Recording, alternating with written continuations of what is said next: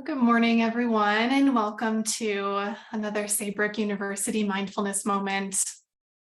My name is Dr. Shannon McLain Sims. I'm an assistant professor here in the Department of Mind-Body Medicine and was feeling called in my heart to bring forward a practice that I've really been connecting with in my own meditation space, which is the practice of Kriya Yoga. So wanting to just walk you through a little bit of this, just the foundations of this practice, and then guide you through a short meditation. So Keith Lowenstein describes Kriya Yoga in this way as a process of individualized creative integration of the body, mind, and spirit.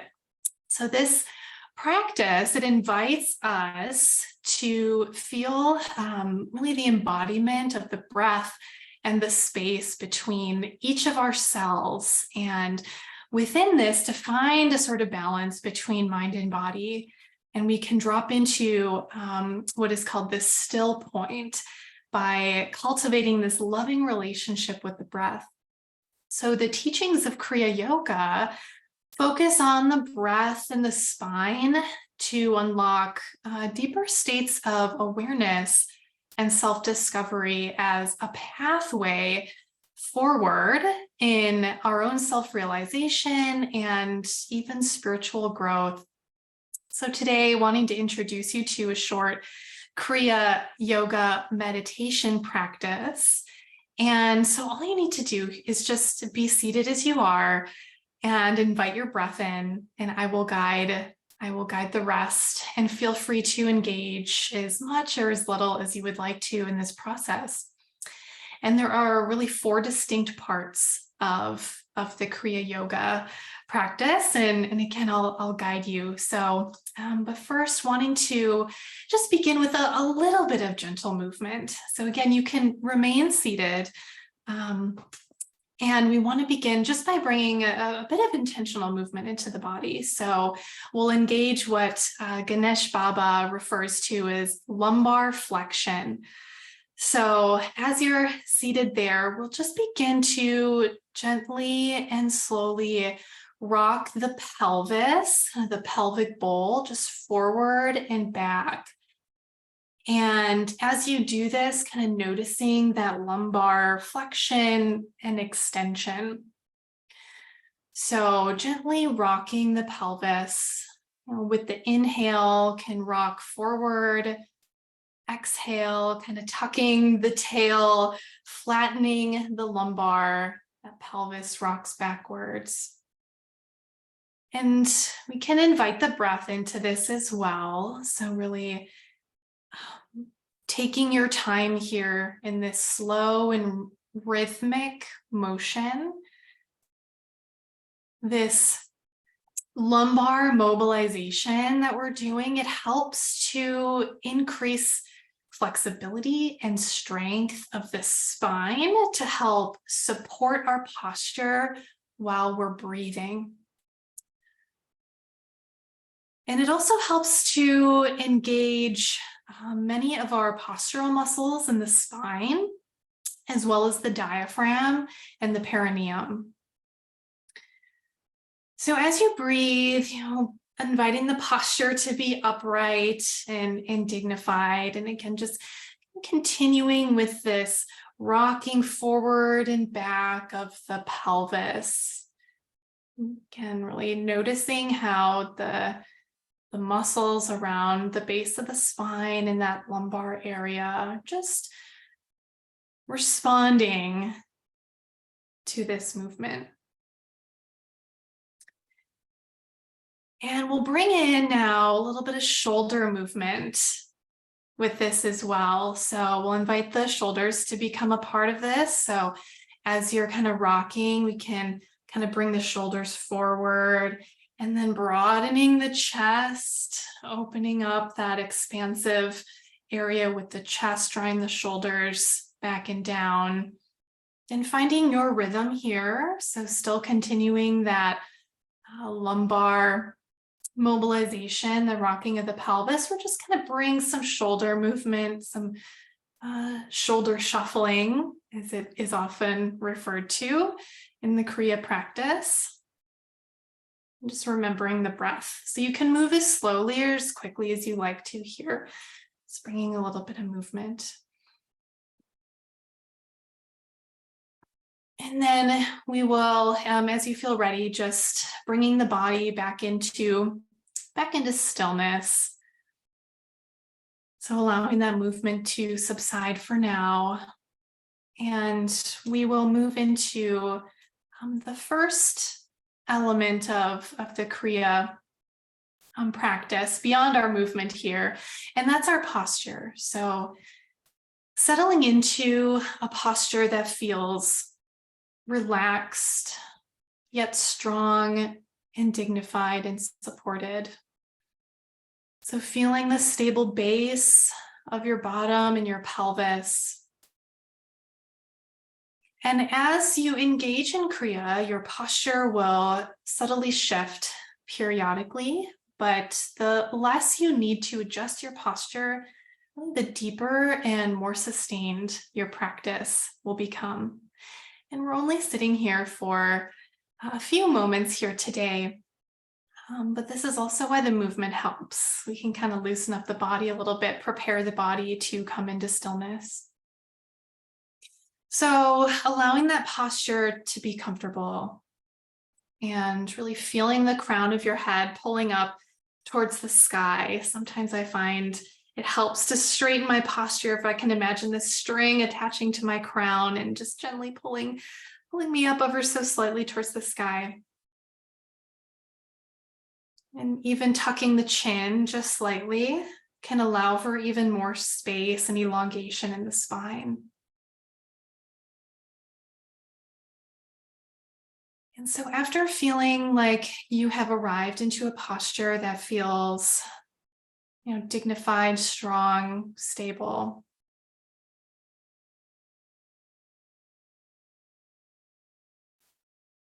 we can now tune or continue to tune into the breath. The breath, often also in Kriya Yoga called ventilation. So feeling how the breath is moving in your body, and we can allow the shoulders to maybe float up just a little bit, up and back as we inhale. And then with the exhale, dropping those shoulders down.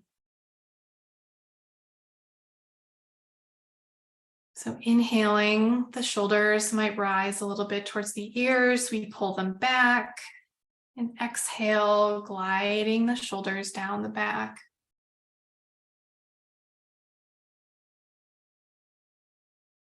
And if it feels comfortable for you to continue doing this, or again, coming into stillness, and we pull the breath deeper down into the abdomen, down into the belly. So engaging the diaphragm and really expanding into the fullness of the lungs. And feeling this expansive movement happening within the chest and the abdomen as you inhale, dropping it down into the belly. Exhaling, emptying the lungs. As you inhale, you might even see if you can feel that breath rising from the deepest parts of the pelvis, really drawing upwards, drawing up the spine, filling and expanding the abdomen. And as you do this, as you're inhaling and feeling that expansion, allowing the abdominal muscles to remain somewhat engaged still, so that we're not super expanding the chest, so we're keeping some strength there. And letting that exhale be nice and slow and releasing. Inhale, feeling that breath pulling off from the root up into the ribs, the expansion of the chest, maybe even seeing if you can pull the breath all the way up into the head. And exhaling. So breathing in your own rhythm here, allowing the breath to be soft and relaxed, and with some strength still in the abdomen.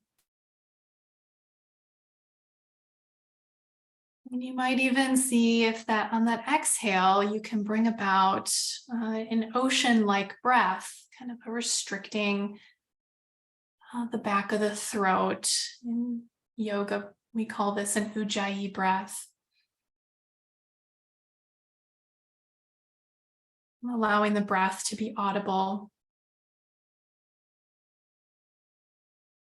So breathing from your stable base all the way up into the crown of the head, exhaling, maybe with that audible ocean breath, breathing in and out through the nose, smooth and rhythmic. And so we'll move now to the next piece of Kriya here, which is to bring in some visualization. And so as you continue to breathe, just imagining that you're pulling the breath from that base up into the third eye. And this is that spot right in the middle of the brow. And this point goes by many names: the Ajna chakra, the gyral center, Kutasha, mind's eye, and of course, third eye. So in Kriya, the third eye actually expands beneath the surface of the brow. So you can almost even imagine that it's, this third eye is extending inward into the forebrain. So as you focus your attention here, and this can be helpful to have your eyes closed, breathing up into the third eye, and you might start to notice the vision, the field of vision begin to expand. And if not, that's okay too. So just notice what you notice and feel what you feel here. Letting your eyes do what they want to do. We're not trying to force or to effort too much. So still remembering that strong and stable base, the posture, breathing into the belly and the abdomen, allowing the third eye to come into focus, remaining relaxed in the face and in the body. You might even just turn the corners of the mouth up a little bit, a friendly and open expression. This is a very important aspect of Kriya Yoga, is that it stimulates this slight smile on the face, maybe raising the eyebrows just a bit. And this stimulates several cranial nerves here, which invites relaxation into the body, or invites a calming of the nervous system.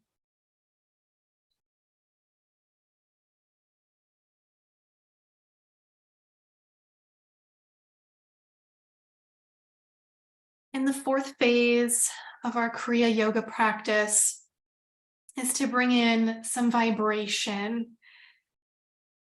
or humming or a sound or some sort of toning. So we're creating a vibration in the body. And so choosing to do this if you like, on the inhale, and then with the exhale, releasing some sort of a sound or a vibration. So this could be something like Om or Amen or Satnam or Ram, or just humming with the mouth and the lips pursed together, just a humming tone.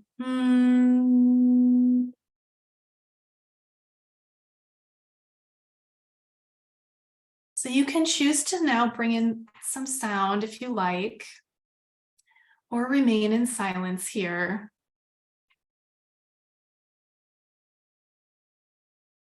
So in these final few moments, as we're resting in our Kriya yoga practice, it's finding what resonates with you most in this moment.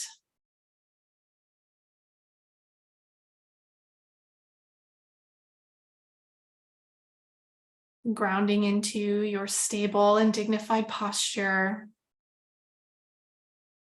allowing the breath to be full and slow and rhythmic, visualizing and pulling that breath into the third eye, visualizing that third eye, and exhaling with a sound or a tone. Maybe there's a mantra that feels like it wants to be brought into this practice for you.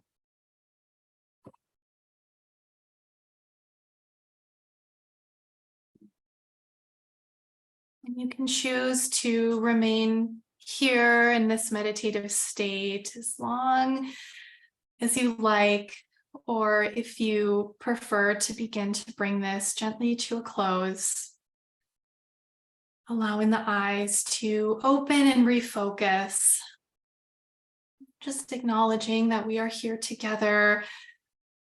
Some of us concluding our Kriya yoga meditation, and knowing that you can come back into this practice anytime you like. And just resting for another moment, acknowledging the fruit of practice. And thank you so much for being here today. Namaste.